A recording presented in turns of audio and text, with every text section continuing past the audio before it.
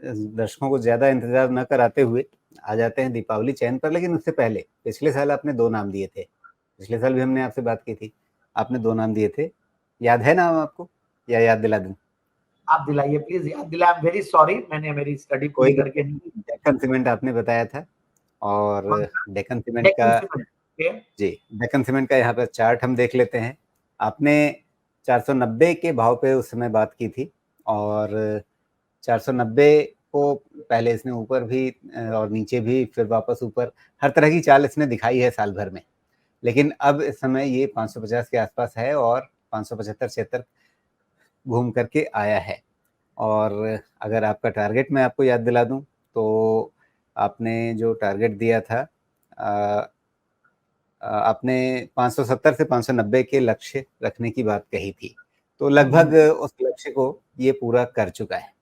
तो आज की तारीख में अगर आपको डेक्कन को रिविजिट करना हो तो क्या कहेंगे?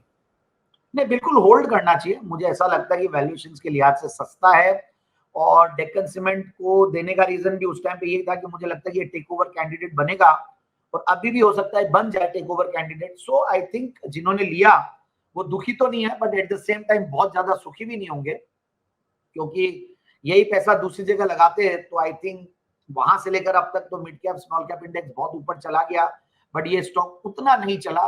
मेरी उम्मीद के हिसाब से मुझे लगता था कि आराम से 700 750 के लेवल्स भी क्रॉस करेगा। हालांकि मैंने टारगेट में छोटे देता हूं कि जिनको निकलना हो प्रॉफिट बुक करके भी निकल जाए, तो 580 590 575 के टारगेट दिए थे, that must have been achieve.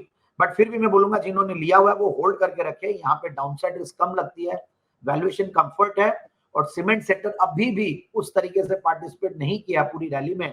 तो आई फील कि Deccan is a good hold, and it's a strong hold, और किन्हीं को लेना भी है तो ये स्टॉक एक्यूमुलेट कर सकते हैं। जी।